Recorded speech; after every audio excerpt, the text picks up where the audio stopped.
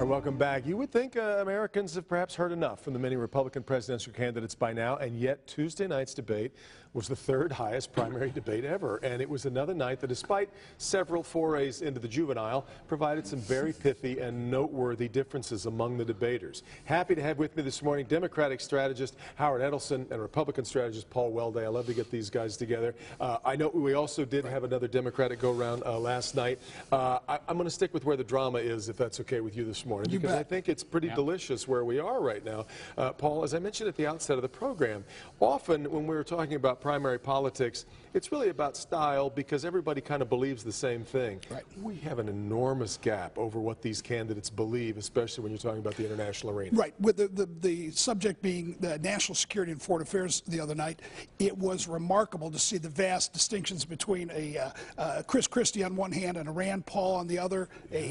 How about that match between Marco Rubio and Ted Cruz? That was a slugfest. And so we're seeing that, and I think you're going to see more and more distinctions on matters of policy, particularly as we get through the holidays leading right up to Iowa, which starts February 1st. In fact, though, if you are the type who's really only paid attention sort of to a candidate's style and you like the way somebody's carried out their campaign, you might need to be reminded that there are real differences, and you're voting for substance whether you know it or not, because some of these differences, I think, are profound, especially if you're talking about how we proceed in Syria and how you're going to deal with No question about it, but unfortunately, the effect of Donald Trump has not lent itself to substantive discussion all that much. I mean, what's attracted people has been the style, and it's been unusual. This is a very different election in that people used to have to go to their organizations or meet the candidate at the local diner or get a piece of mail. Now we're all attracted to the TV. We all have a personal relationship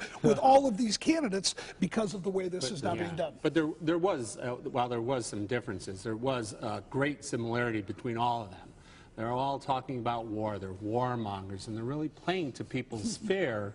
And really, you know, a message of fear and doom following and gloom. Paris, following San Bernardino, there are a lot of voters. I don't think that's exclusive to Republican voters. I think there are a lot of American voters that is suddenly kind of moved up. Well, it certainly has moved up, but it's how you deal with it. Is it really appropriate to say we're going to see if sand glows and we're going to carpet bomb? I mean, this is really playing to people's fear and their warmongers, and it really is. Howard, it's not helping the Republican Party. No, I disagree. I think people are looking for leadership that recognizes the issue. One of the reasons why Donald Trump even exists is because people are so fed up with Barack Obama. We watched as Obama and Secretary of State John Kerry jumped up and down, very happy about this Paris climate change conference, when, as John Kasich said, they should have been there talking about how do we defeat ISIS. Well, that's what people are looking for from leadership. They're not getting it from they're getting leadership in the Republican Party. Again, doom and gloom. They're the party of no hope. I mean, you blame everything on Barack Obama, right? But let's just think about it. One of the lowest unemployment rates, highest stock markets, lowest gas prices. We took out Osama bin Laden. So talk about leadership. It's an interesting distinction, too, because usually my rule is that optimism wins more elections than loses them, and yet concern about safety may, in some way, I was about to say trump that. I don't want to use that word.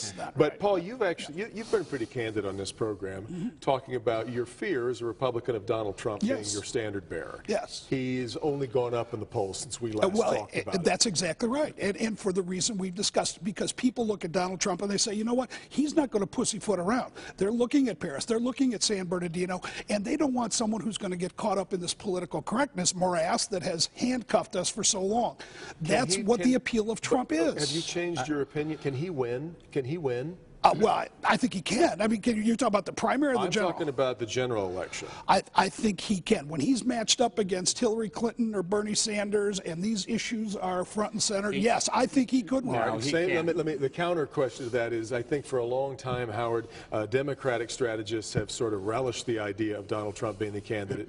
But as he has only seemed to grow in popularity, despite some things that I think would disqualify other candidates at another time, do you still relish him being the candidate? I think yes, and I think as a Democratic strategist, you never underestimate anybody. But you know, let's think about where his popularity is growing. It's growing amongst Republican party activist. And when you think about, and that's where his strength and where he's growing. And with all of his talk and all the Republican talk that's going on, the Republican Party is moving farther to the right, and they're losing independence.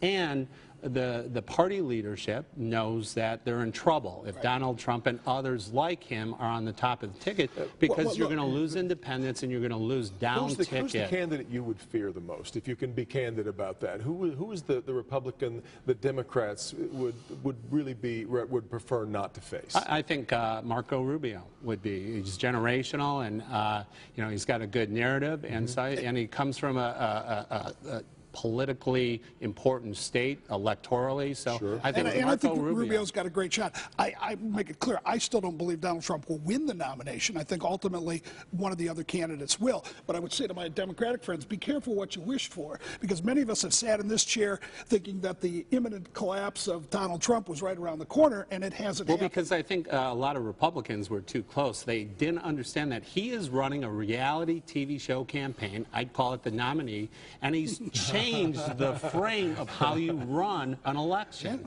And these established candidates, you know, the Bushes and all the others, don't know how to deal with him. And so people underestimated him. Are you spooked at all when he says we need to shut down part of it? He called it our internet, which is a weird... I'm spooked about a lot of what I hear from that guy, let me tell you. Absolutely. There's no doubt about it. I know a lot of my Republican friends. But I thought Rand Paul made a fair point when he said, okay, you're talking about getting rid of the First Amendment and the Geneva Convention with some of the things that he wants to... I think there's some fundamental things that Donald Trump just doesn't understand about our form of government and his role as a commander-in-chief as he goes forward. The nuclear triad issue was another...